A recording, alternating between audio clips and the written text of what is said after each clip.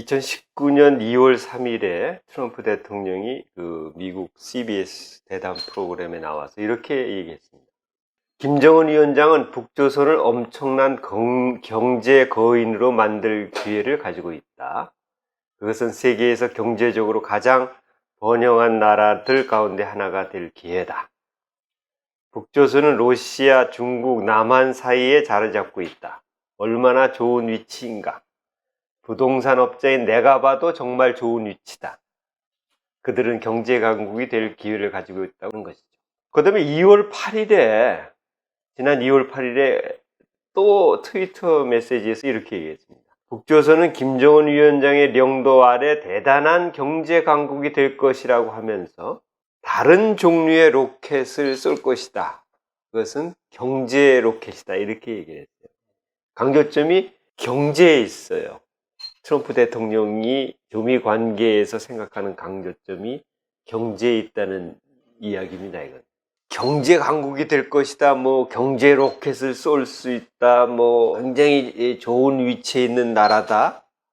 이러한 이야기들과 표현들이 구체적으로 무슨 뜻인지를 그때는 몰랐는데 스티븐 비건 미 국무부 조선정책 특별대표가 그 스탠퍼드 대학의 아시아 태평양 연구소 강연회에서 이런 말을 남겼어요.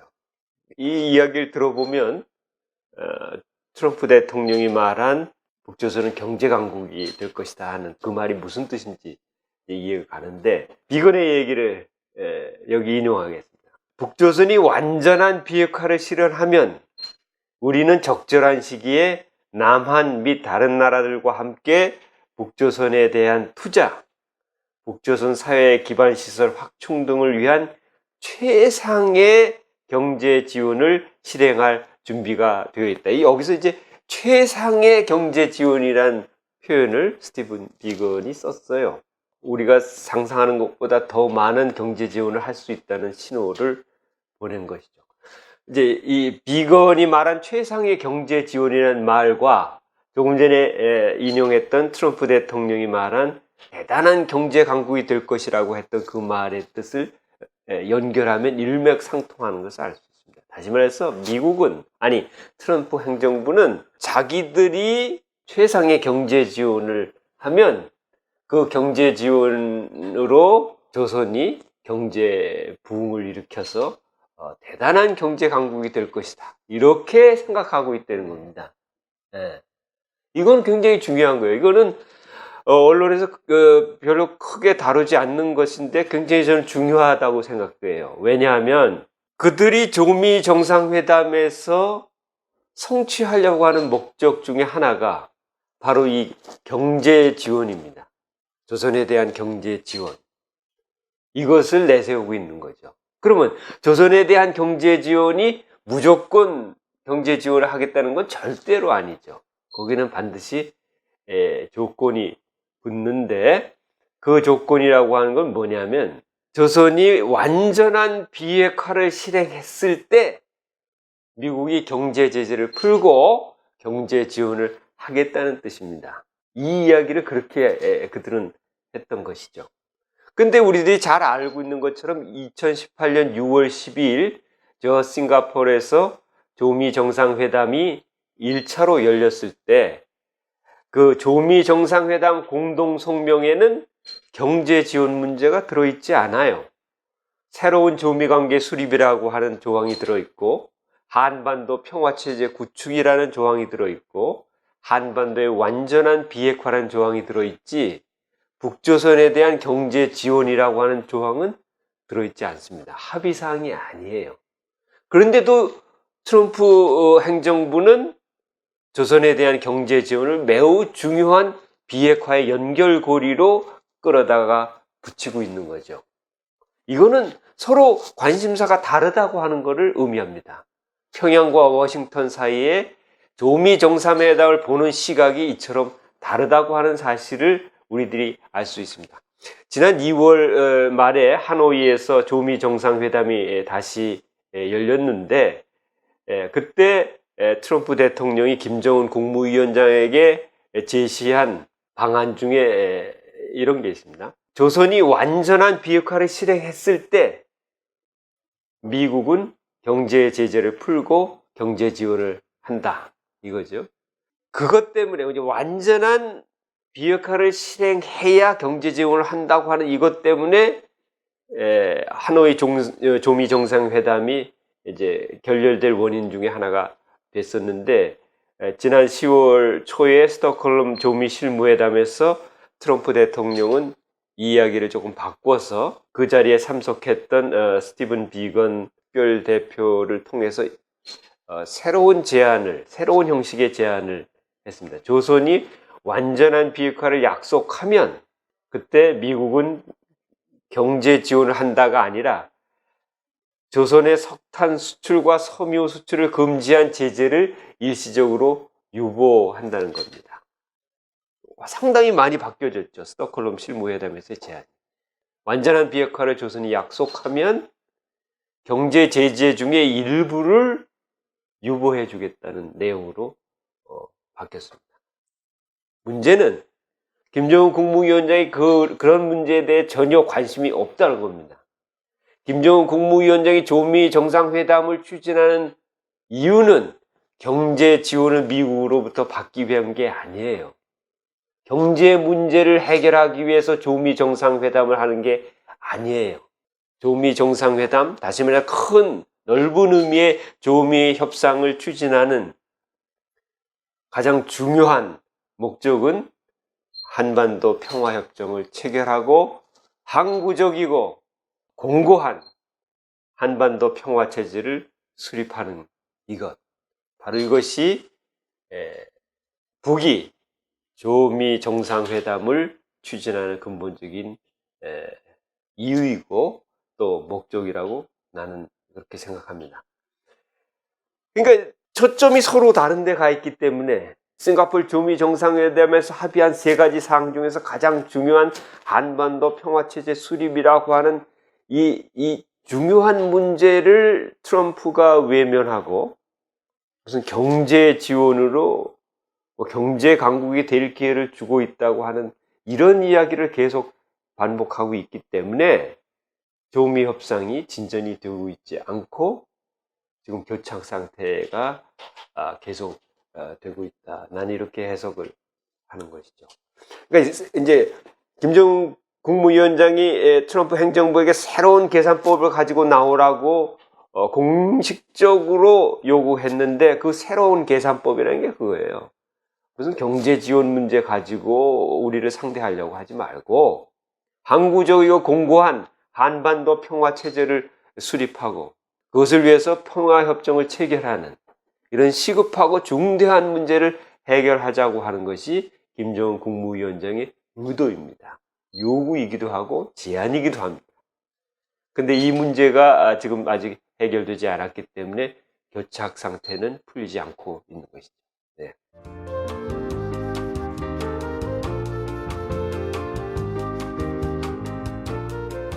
그 이유는 명백합니다. 그것은 조선이 미국에게 제기한 평화협정 체결 요구를 받아들이지 못하기 때문에 새로운 계산법을 제시할 수 없는 겁니다. 그럼 왜 트럼프 행정부가 평화협정 체결 요구를 받아들이지 못하는 걸까요? 그거는 그 평화협정에 철군 문제가 포함되기 때문입니다.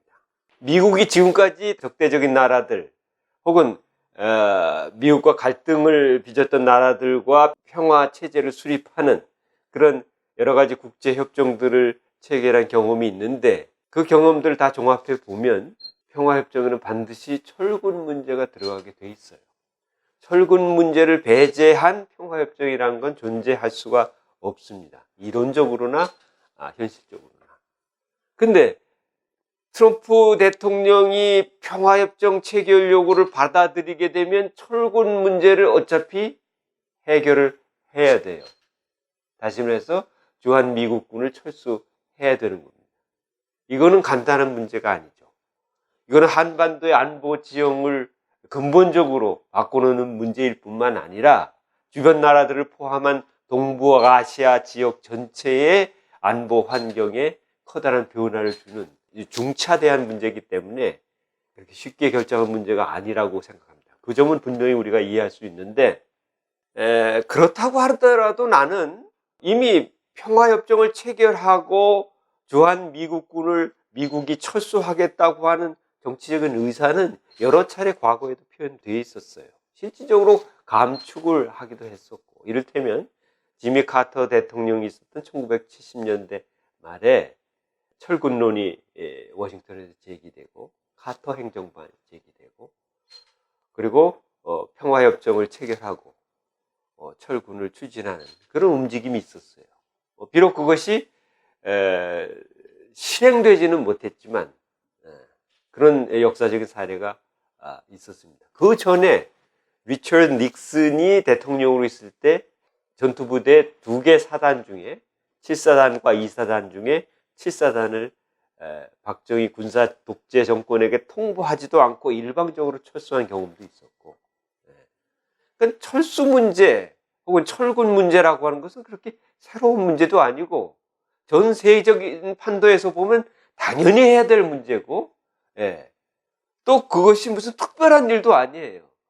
백악관의 그 보좌관들이나 트럼프 행정부의 관료들이나 미국의 연방의회들이나 또 언론 매체들이 특별히 전쟁으로 이익을 추구하는 반평화 세력인 미국의 군수산업자본 그리고 그와 결탁한 금융자본들이 이 철군 문제가 포함되는 조미 평화협정 체결을 반대하고 있는 거죠. 그러면서 트럼프의 발목을 붙잡고 있는 거죠. 사실상 미국을 움직이는 이 거대한 집단이, 이 세력이 철군 의사를 가지고 있는 트럼프의 발목을 붙잡고 있기 때문에 트럼프는 그들의 눈치를 살피지 않을 수가 없는 것이고, 따라서 평화협정 체결 요구를 받아들이기가 힘든 그런 상태에 있는 겁니다. 그러나 저는 긍정적으로 생각합니다. 이건 무슨 얘기냐면 지금 트럼프에게 필요한 것은 감축을 시작할 뚜렷한 명분을 찾아내는 거라고 나는 생각합니다. 주한 미국군 감축에 필요한 명분이 있으면 되잖아요. 뚜렷한 명분이 있으면 감축을 시작하는 거죠. 그 감축의 끝은 완전 철수가 되는 거죠. 그러면 트럼프에게 필요한 감축 명분이 무엇이냐 하는 것입니다. 2가지 명분을 나는 생각했습니다. 첫 번째 명분은 남과 북이 군사 합의를 전면적으로 실행하고 단계적 군비 감축을 합의하는 겁니다. 남과 북이 단계적으로 군비 감축을 합의하면 미군이 있을 필요가 없어요. 미국 군대가 우리 땅에. 그렇잖아요. 남과 북이 싸우지 않겠다고 하는데 무엇 때문에 미국 군대가 있습니까? 어떤 사람들은 주한 미국군이 단순히 무슨 북의 위협에 대처하기 위해서 주둔하는 게 아니라 미국과 지금 심각한 갈등을 빚고 있는 중국을 견제하기 위해서 미국이 군대를 한반도에 주둔시키고 있다는 얼토당토하는 말을 하고 있는데 그건 거짓말입니다. 그건 철수 명분을 지워버리라고 하는 거짓말입니다. 왜냐하면 미국 군대는 한반도에 있어서 중국을 견제할 수가 없어요. 군사적으로 보나 정치적으로 보나. 일본에 주둔시켜야 되죠. 오키나와와 괌에 주둔하고 있는 미국 군대의 막강한 전력으로도 얼마든지 중국을 견제할 수가 있고 하고 있어요 지금. 불필요합니다. 한반도에 미국 군대가 주둔하는 건 불필요한 것이고 거추장한 것이고 오히려 미국에게 불리한 것이고 우리 민족에게는 반드시 내보내야 될 그런 대상이 되는 거죠. 따라서 주한 미국군을 감축을 트럼프 대통령이 명령할 수 있는 뚜렷한 명분을 우리 민족끼리, 다시 말해서 남과 북이 만들어내야 되는데 그것이 이미 작년 9월에 문재인 대통령이 평양을 방문해서 합의한 군사 분야 합의서, 그걸 이행하면서 단계적 남북 군비 감축으로 하자고 또 두 번째 합의를 하면 되잖아요. 그러면 명분이 생기는 거예요. 그러면 평화 체제를 수립할 수가 있는 거예요. 평화협정을 체결할 수가 있는 거죠. 그다음에 두 번째 명분. 트럼프 대통령이 미국 군대를 감축할 수 있는 두 번째 명분은 뭐냐면 주둔비 협상. 지금 한창 뜨겁게 달아오르고 있는 주둔비. 이게 사실은 이게 철군 문제와 직결되어 있어요. 나는 그렇게 해석합니다. 만일 주둔비 협상에서 문재인 정부가 트럼프 대통령이 요구하는 부담 요구를 거부해서 협상이 중단되어 버리면 트럼프 대통령은 철군의 명분을, 뚜렷한 명분을 갖게 되는 거죠. 이게 두 번째 명분이에요. 다시 말해서 문재인 정부가 주둔비를 부담하지 못한다고 했을 때 협상이 깨지고 트럼프는 그것을 명분으로 주한미국군 감축을 명령할 수 있다고 나는 생각합니다. 바로 이것이 단계적 철군을 시작하는 겁니다. 근데 나는 이렇게 단계적 철군을 시작하는 것보다는 우리 민족이 주체적으로 단계적 군비 감축을 먼저 하자 이거예요. 남북이. 그게 난 더 확실한 것이고 더 중요한 것이고 더 유익한 것이라고 난 그렇게 생각합니다. 지금까지 진행되고 있는 한미 방위비 분담금 특별협상에서 미국 측이 문재인 정부에게 연간 47억 달러를 내놔라 이렇게 요구했습니다. 47억 달러면은 우리 돈으로 5조 4천억 원이 됩니다. 현재 부담금은 1조 389억 원인데 약 5배를 더 내놓으라고 요구를 한 거죠. 이 47억 달러를 내라는 것은 사실상 주한미국군의 주둔비 전액을 부담하려는 소리입니다. 그런 요구죠. 중요한 것은 이 전액 부담 요구가 바로 트럼프 대통령의 직접 지시에 따른 것이라는 바로 이런 사실입니다. 이 전액 부담 요구를 트럼프 대통령은 강하게 밀어붙이고 있어요. 이건 무슨 국무부 차원이나 국방부 차원이 아니에요. 강요들 수준이 아니에요. 이거는 트럼프 대통령이 강력하게 밀어붙이고 있는 거예요. 직접 자기가 틀어쥐고 이걸 밀어붙이고 있는 거예요. 47억 달러를 해마다 내라 이거예요. 원래 기록에 보니까 트럼프 대통령은 취임한 직후에 백악관에 들어가자마자 강요들을 모아놓고 하는 자리에서 한국에게 500억 달러를 내라고 요구하라 이렇게 얘기했어요. 강요들이 깜짝 놀라서 47억 달러가 아니라 500억 달러를 내라는 거야. 이야, 그래서 강요들이 너무 놀라서 그건 아닙니다. 그렇게 되면 이건 말이 안 됩니다. 그래서 트럼프 대통령이 그걸 깎아줘가지고 약 50억 달러에 이르는, 여기 보면 47억 달러라고 그러는데 약 49억 달러 돼요. 49억 달러라는 건 지난 여름에 존 볼턴이 백악관에서 잘리기 전에 청구서 가져와서 문재인 정부에게 전달하고 갔는데, 그러고 나서 이제 잘랐죠. 그 청구서에 의하면 49억 달러예요. 약 50억 달러 된다고 보는데 못 내죠. 그걸 어떻게 됩니까? 낼 수도 없고 내서도 안 됩니다. 아니, 이 땅에 수많은 민중들이 지금 민생 파탄 속에 허덕이고 있는데 국민의 혈세를 걷어서 50억 달러를 미국에게 상납해 말이 되는 소리입니까? 이 땅에 수많은 젊은이들이 학비가 없어서, 대학 등록금이 없어서 어려움을 당하고 있고, 이 땅에 수많은 아이들의 보육비, 양육비가 없어서 지방정부에서 어려움을 겪고 있는데 50억 달러를 내라? 이거는 말이 안 되는데, 문제는 왜 그런 말이 안 되는 허튼 소리를 꺼내놓느냐 이거예요. 내가 생각하기에는 아마 주한미국군의 감축을 하기 위한 명분을 세우기 위해서 말이 안 되는 소리를 꺼내놓은 거라고 생각합니다. 이번에 한미 협상을 진행하면서 제임스 드왈트 미국 측 대표가 한국 측 대표에게 이렇게 얘기했어요. 이것은 트럼프 대통령의 지시다. 내 얘기가 아니고 트럼프 대통령의 지시인데 주한 미국군 6,000명을 감축하는 그 문제를 언급했다는 거죠. 이미 트럼프는 6,000명을 감축하는 문제를 생각하고 있다는 거예요. 그것도 방위 협상 안 되는 데서. 이건 무슨 뜻입니까? 아까 처음에 내가 얘기했던 것처럼 철군의 명분을 찾고 있는 게 아닌가 하는 해석을 강하게 암시하는 그런 대목으로 난 생각합니다. 미국의 언론 매체들은 트럼프 대통령이 주한미국군을 감축하는 문제를 하노이 조미 정상회담에서 불쑥 거론하지 않을까 하고 우려하였다는 겁니다. 다 알고 있어요. 트럼프 대통령의 속셈을 미국 언론 매체들이 읽고 있는 겁니다. 감축을 불쑥 꺼내지 않을까.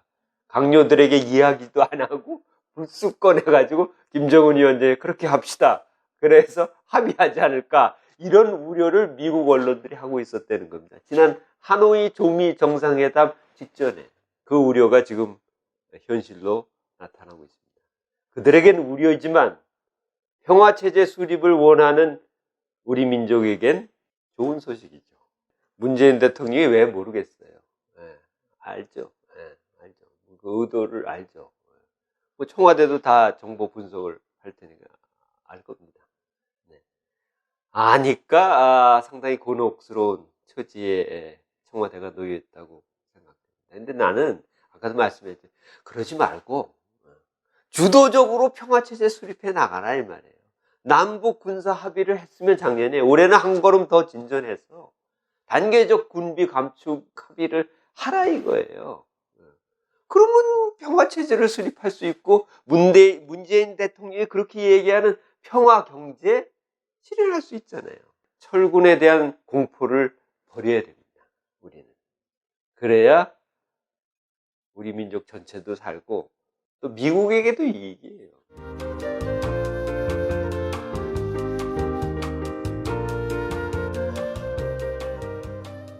만일 미국이 전략적 오판에서 벗어나지 못하고 올해 말까지 시한을 넘겨서 새로운 계산법을 제시하지 못하면 조선으로서는 이미 천명한 대로 새로운 길을 택하게 될 겁니다. 여기서 말하는 새로운 길이라는 건 도대체 뭐냐 이거죠. 새로운 길이라는 말 속에는 무슨 뜻이 들어가 있냐면 내 생각에는 조미 협상을 완전히 중단한다는 뜻. 그리고 조미 협상 기간에 그 협상을 진전시키기 위해서 취했던 중대한 조치들을 변경시키겠다는 뜻. 이 두 가지 뜻이 들어있다는 겁니다. 협상의 완전한 중단. 그리고 협상을 진전시키기 위한 목적에서 취해왔던 중대한 조치들에 대한 변경. 이거죠. 특히 이제 올해 들어서 조선에서 여러 차례 그 신형 화력 타격 수단들을 동원하는 발사 훈련을 단행하고 시험 발사를 단행한 것을 우리는 특별히 주시해야 될 걸로 난 생각합니다. 바로 이것이 예고예요. 새로운 길에 대한 예고. 트럼프 행정부가 전략적 오판에서 벗어나지 못하고 낡은 계산법에 계속 매달리다가 시한을 넘겼을 때 취할 수 있는 새로운 길을 이미 행동으로 보여줬어요. 이번에 연이어 계속된 시험 발사 또는 발사 훈련 통해서 우리들이 아는 것처럼 그 전술 미사일 쐈다든지 400mm 방사포를 쐈다든지 600mm 핵 방사포를 쐈다든지 북극성 3형 잠수함 발사 탄도미사일을 수중에서 쐈다든지 하는 일련의 군사적인 행동은 새로운 길을 예고하는 행동이었다. 이렇게 해석할 수가 있습니다. 미국도 그걸 알고 있을 겁니다. 당연히 알고 있겠죠. 새로운 길이 무슨 뜻인지를 알고 있겠죠. 그래서 굉장히 곤혹스러운 지경에 백악관이 처한 걸로 나는 이렇게 보고 있습니다. 모든 사람들은 다 바라지 않는 겁니다. 그런 대결 상태로 다시 돌아가는 것을. 백악관도 원하지 않고 있고, 우리도 원하지 않고, 그럼 해결책을 찾아야 되죠. 이제는 트럼프가 대답할 차례가 됐습니다.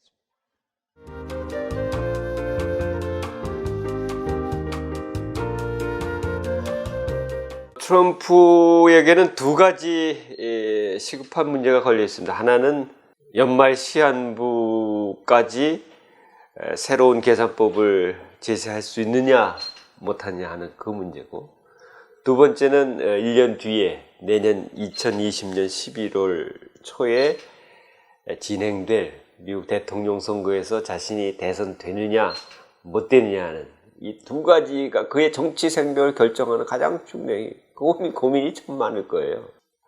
근데 이제 최근 뉴욕타임스 여론조사 결과에 의하면 트럼프 대통령과 조 바이든 민주당 대선 후보 사이에 격차가 거의 없이 막상막하라고 하는 여론조사 결과가 나왔어요. 어느 쪽도 우세하지 않은 그런 상태에 있는 거죠. 대선까지는 아직 1년이 남아있고 또 그 1년이라는 기간 동안에 우리들이 예상하지 못한 여러 가지 변수들이 돌발적으로 작용할 수 있기 때문에 미국 대선 방향을 1년 전에 정확히 예측하는 것은 대단히 힘들고 어렵습니다. 특별히 지금 미국 민주당이 시작한 탄핵 공세가 트럼프 대통령에게 결정적으로 불리한 요인으로 작용하고 있는 것은 사실입니다. 그러나 민주당의 탄핵 공세가 너무 늦었어요, 시기적으로. 과거에 미국 대통령 탄핵 사례를 한번 살펴보죠. 1973년 1월 20일에 제2기 닉슨 행정부가 출범했습니다. 같은 해 5월 19일에 미국의 특별검사가 닉슨의 비리에 대한 수사를 시작했습니다. 5월 19일에. 그럼 이게 언제 끝났냐? 그 다음에 1974년 8월 8일 당시 닉슨 대통령이 텔레비전 방송에 나와서 자신의 사의 무사를 밝혔습니다. 특별 수사가 시작된 지 1년 한 3개월 정도의 시간이 걸린 거예요. 물론 그때 그 닉슨 탄핵 수사와 지금하고 뭐 똑같은 건 아니지만 최소한 1년 이상 걸릴 거라고 나는 생각하는데, 그러니까 시기적으로 상당히 늦은 감이 있다고 생각하는 거예요. 탄핵 혐의도 미약합니다. 탄핵 혐의라고 하는 게 트럼프 대통령이 우크라이나 대통령에게 압력을 넣어서 조 바이든 아들이 우크라이나에서 운영하던 현지 기업에서 부정비리를 저질렀는지 조사하라고 요구한 것이 미국 민주당이 제기한 탄핵 혐의인데 좀 약해요. 이게 약해서 트럼프가 이 탄핵 위기에서 빠져나올 가능성이 있는 겁니다. 만약 트럼프가 탄핵 위기에서 빠져나오면 트럼프를 탄핵하려고 했던 민주당은 내년 대선에서 완전히 몰락하게 되겠죠. 역풍 맞아서 끝나버립니다. 그러니까 이제 지금 민주당과 트럼프의 싸움은 이건 위기 속에서 싸우는 거예요. 누가 몰락하냐 마느냐. 완전한 정면 충돌 양상으로 지금 가고 있는데, 민주당은 자기들에게 불리한 대선 판세를 이 탄핵 공세로 뒤집어 버리는 그런 엄청난 모험을 지금 벌이고 있는 겁니다. 두 번째로는 미국 경제입니다. 미국 경제가 트럼프 효과라고 하는 것에 의해서 파탄 위기를 모면하고 버텨주고 있다고 하는 것이 미국 경제 전문가들의 대체적인 분석인데, 미국 경제가 버텨주고 있는 게 트럼프에게 결정적으로 유리하죠. 그렇지 않습니까? 예. 세 번째로는 미국의 부유층 유권자들, 재벌들, 대자본가들이 자기네 편이니까 막대한 선거 자금을 지원해 주고 있는 것도 트럼프에게 결정적으로 유리한 요인으로 되고 있습니다. 그런데 이런 상황에서 만일 트럼프가 자기 입으로 말한 것처럼 주한 미국군을 6,000명 감축하고 그리고 김정은 위원장의 요구를 받아들여서 평양에 가서 정상회담을 진행하면 전 세계가 우려하고 우리 민족이 우려하는 조미 핵대결은 재개되지 않을 것이고 내년에, 그리고 소위 조미 협상은 새로운 국면에 들어서게 될 것이고 진전될 것입니다. 6,000명 감축과 평양 방문. 이것은 트럼프의 정치 생명을 살릴 수 있는 가장 유력한 길이라고 난 생각합니다. 그가 원하는 노벨 평화상도 어쩌면 받을 수 있을지 모릅니다. 그가 2020년 11월 미국 대선에서 승리하려면 반드시 6,000명을 감축하고 평양을 방문하는 이 역사적인 길을 선택해야 될 거라고 나는 생각합니다. 그것이 최선의 행동이죠.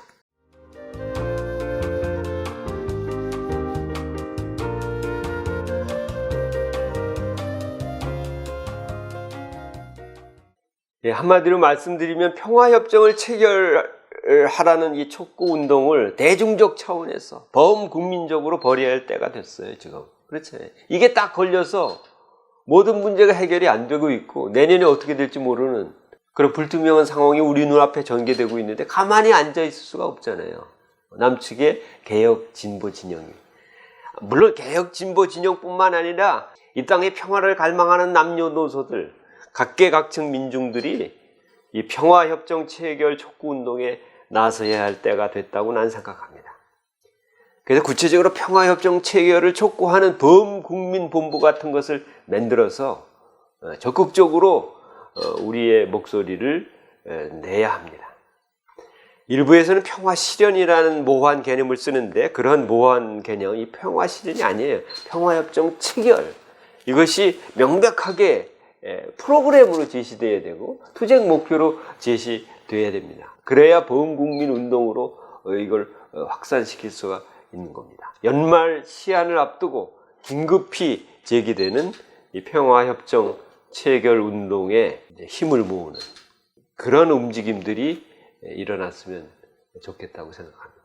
평화협정이 체결되면 어떻게 될 것인가를 또 설명을 해야죠. 대중들에게. 그렇잖아요. 6가지 중대 현안을 한꺼번에 해결할 수 있는 그런 아주 중요한 문제가 평화협정 체결이라고 나는 생각합니다. 첫째, 중대 현안. 트럼프가 주둔비로 뜯어가려는 $50를 빼앗기지 않을 수가 있어요. 평화협정 체결되면 뜯어갈 수가 없지, 어떻게. 우리 안 내도 돼요. 평화 체제를 수립하면. 두 번째 해결할 수 있는 것은 유엔의 이름을 불법적으로 사용하는 유엔 사령부를 해체시킬 수가 있습니다. 평화협정 체결로. 그렇죠? 세 번째, 핵전쟁 돌격대로 주둔하는 미국 군대를 우리 땅에서 철거시킬 수가 있습니다. 그런 뚜렷한 명분과 그 뚜렷한 목표를 우리들이 평화협정 체결로 쟁취할 수가 있습니다. 네 번째, 8천만 결의를 위협하는 미국의 이 핵우산, 누클리어 엄브렐라, 이 핵우산을 철거시킬 수 있는 가장 효과적이고 현실적인 길이 한반도 평화협정 체결입니다. 다섯 번째, 정전협정 체제에서 불안정하게 유지되어 오고 있는 이 한반도의 군사적 위기 상황, 한반도의 전쟁 위협을 평화협정 체결로 해소할 수가 있습니다. 우리는 평화롭게 살 수 있습니다. 여섯 번째, 전국적으로는 우리 8천만 결의가 함께 사는 위대한 자주 통일 국가를 건설할 수 있는 그런 결정적인 그런 시기를 맞이할 수가 있다고 나는 생각합니다. 이 6가지를 바로 평화협정 체결이라고 하는 이 결정적인 사변으로 해결할 수 있다고 나는 생각합니다. 이것을 어떻게 우리들이 구체적으로 설득하고 설명하고 해설하고 또 알려서 각계각층이 참여할 수 있는 그런 평화협정 체결 요구 운동, 촉구 운동 시작해야 될 때라고 봅니다.